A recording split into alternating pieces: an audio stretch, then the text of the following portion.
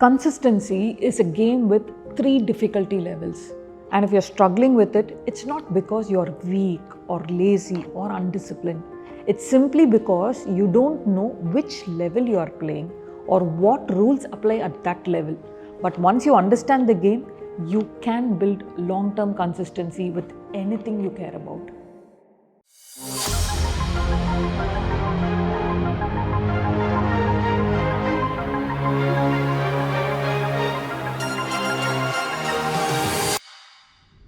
As I said, consistency has 3 levels. Let's start from the highest one because that's the version we all admire, the one we secretly crave. Level 3, natural consistency. Think of our ancestors. They didn't have 5 a.m. routines or productivity apps, no planners, no habit trackers. Yet, every single day they woke up. They cooked, cleaned, farmed, fed families, went to bed, woke up, did it all over again for years.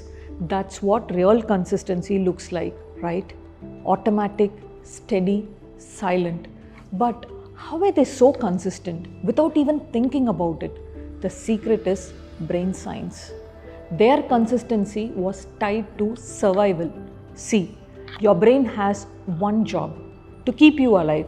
And anything that helps you survive, like food, shelter, safety, reproduction, your brain rewards you for doing it. That's how our ancestors lived. They didn't have the luxury to debate. If they didn't cook, people starved. If they didn't light the fire, they froze. The stakes were high. That's why even our grandparents' generation was also so consistent in their life. If they don't cook day in and day out, their families will starve. For the brain, it's a matter of survival. So, they had a superhuman level of consistency without even thinking about it. And if you think about it, you and I also experience this kind of consistency. Maybe during school or a sport or a passion project, where you just did the thing, no alarms, no motivation, just flow, just joy. Why? Because your brain saw that task as survival, not just physical, sometimes emotional. Maybe it gave you identity. Maybe it gave you control or love or validation. Maybe it gave you peace or freedom or worth. Take entrepreneurs. Nobody forces them to work 16 hours a day, but they do. Why? Because their brain links work to freedom, legacy, or impact. And so they stay consistent naturally. That's level 3, natural consistency. But here's where most people go wrong. They try to start from here. They expect every new habit to feel this easy, this automatic. And when it doesn't, they feel like failure and they quit. They call themselves lazy or undisciplined. But that's not fair. You're expecting level 3 benefits without going through level 1 and level 2. And that's why consistency feels like a struggle. So now, what exactly are level 1 and level 2? Let's break it down. Level 1, forced consistency. Let's say you want to start going to the gym. You know it's good for you, but there is no urgency and your desire doesn't match the intensity of survival desire. So you drag yourself. Day 1, day 2, maybe day 3. It already feels like punishment. And the important thing is, since your brain doesn't want it yet, there will be very low dopamine. So you'll have no motivation, no momentum, just resistance. So this stage runs on only one thing: sheer willpower. And this is where most people burn out. They assume they are inconsistent, but the truth is they just didn't understand the game. This level has 2 rules. Rule 1. Most people force themselves to start gym, eat clean, meditate, journal, wake up at 5 a.m., read books all in 1 week. But your willpower and your energy are limited. It's like your phone battery. If you open 10 apps, it'll die fast. So don't try to build 10 habits in 1 week. It's very unrealistic.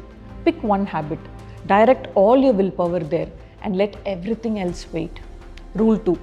At this level, your brain won't reward you. So you have to create the reward yourself. You're doing a painful activity, pair it up with something pleasurable. Listen to music, get good headphones, or plan a post-gym celebration. like your favorite healthy smoothie. These small pleasures borrow dopamine and teach your brain, hey, this actually feels good. Let's do it again. Now, for the first few weeks, you'll need to push yourself. You won't see visible results.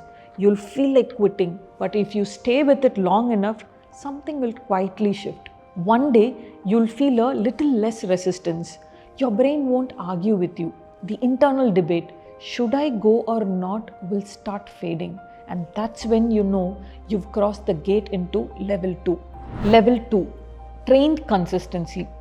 This isn't as effortless as natural consistency, but it's no longer a war like forced consistency. You won't always feel motivated, but your system now knows what to do. Your habit has found a rhythm, and slowly your brain begins to associate emotions with this rhythm. When you think about going to the gym, your brain already knows how it will feel, the walk, the music, and the energy after that. So it helps you show up. At this stage, you've built enough momentum to go steady. And there's only one rule here. Don't chase intensity, chase continuity. This is the season where showing up matters more than how well you perform. Show up tired, show up late, show up messy, even if just for 10 minutes, but you show up. You don't need to finish a full workout. You just need to remind your brain that this is who I am now, and I don't break the chain. But that 10-minute is non-negotiable. Why does this matter so much? Because every time you show up, even when it's messy, late, or half-hearted, you're sending proof to your brain. Proof that this habit matters. Proof that this is not just an idea, it's becoming who you are. And slowly the shift happens from I'm trying to build a habit to this is just what I do. That's when the real magic begins. From here, it becomes easier to reach your natural consistency, your level 3. And this is exactly why wise people say, don't build 10 habits at once. Pick one habit that solves the most pressing problem in your life, the one that will create real change.